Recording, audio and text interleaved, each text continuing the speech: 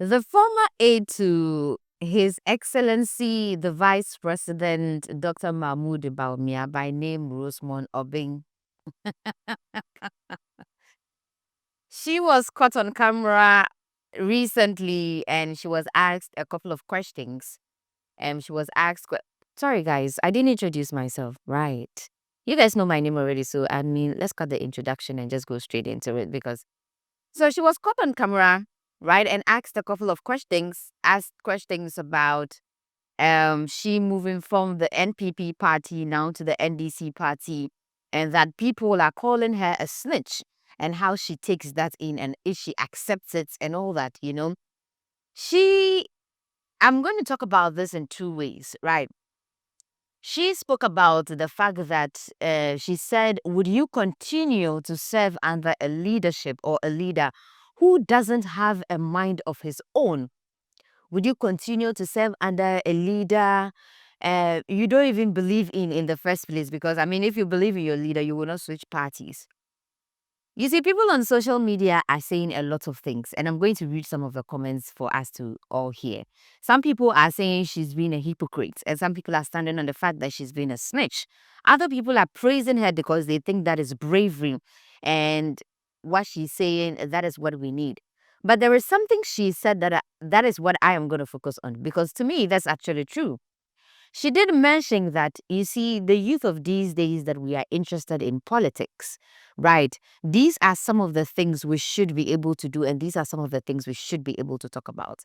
Her issue right now just reminds me of Alan Chermantin, whatever the situation was, because Alan Chermantin has been with the NPP party for the longest that we can all remember until he left the party.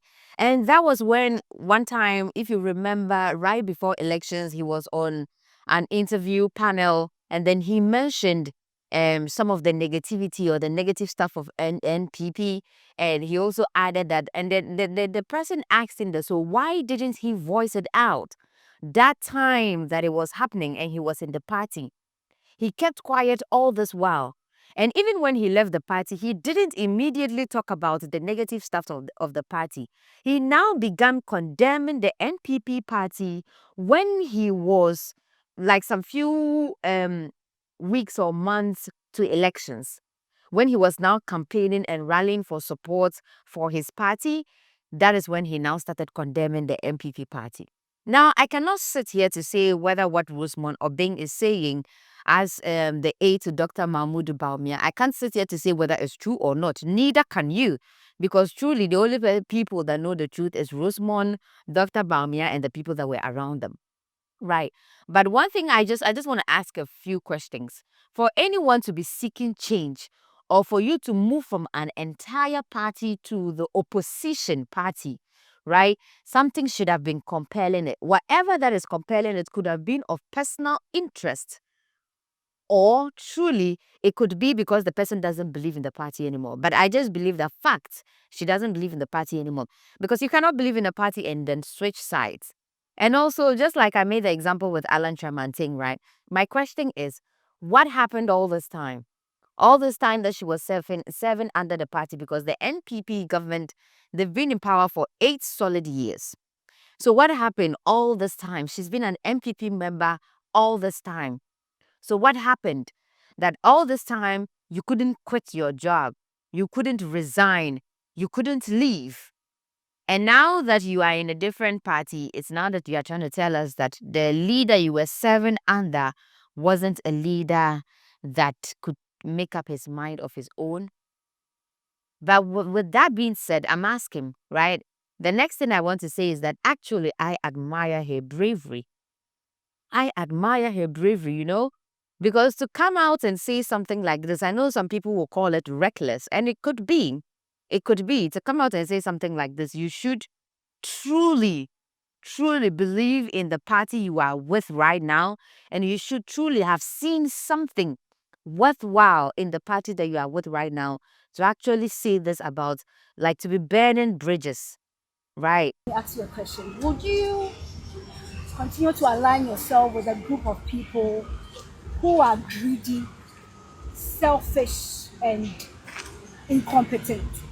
I'm supposed to be whose asking you the sole aim is questions. to just impoverish people and enrich themselves. The interviewer asked her a very important question, which I want to touch on. The question the interviewer asked was that, so are you going to switch parties again?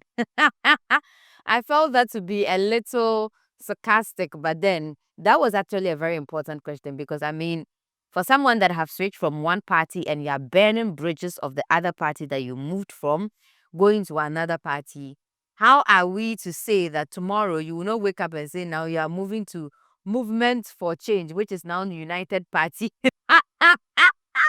I'll come to that later because you think that the NDC governments too, they are not a EAE. But anyway, truly, I do admire her bravery.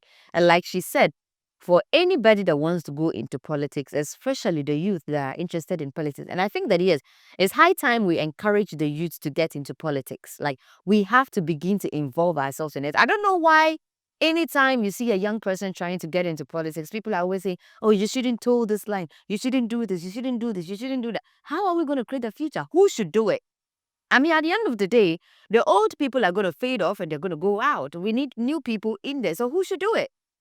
Who should do? Everybody's saying you shouldn't do that. No, you shouldn't talk about this. Or you shouldn't do this about politics. Don't get yourself mingled with politics. Who should? Or when the old people go away, what should we do? The young people have to definitely get themselves mingled. So to the young people that do take her advice though, you need this amount of bravery to do politics. Yeah. Or would you continue to serve under a leader who does not have a mind of his own, who would always be manipulated by unpatriotic people or misled by people around him? Would you continue to serve under such a leader? Who are you referring to?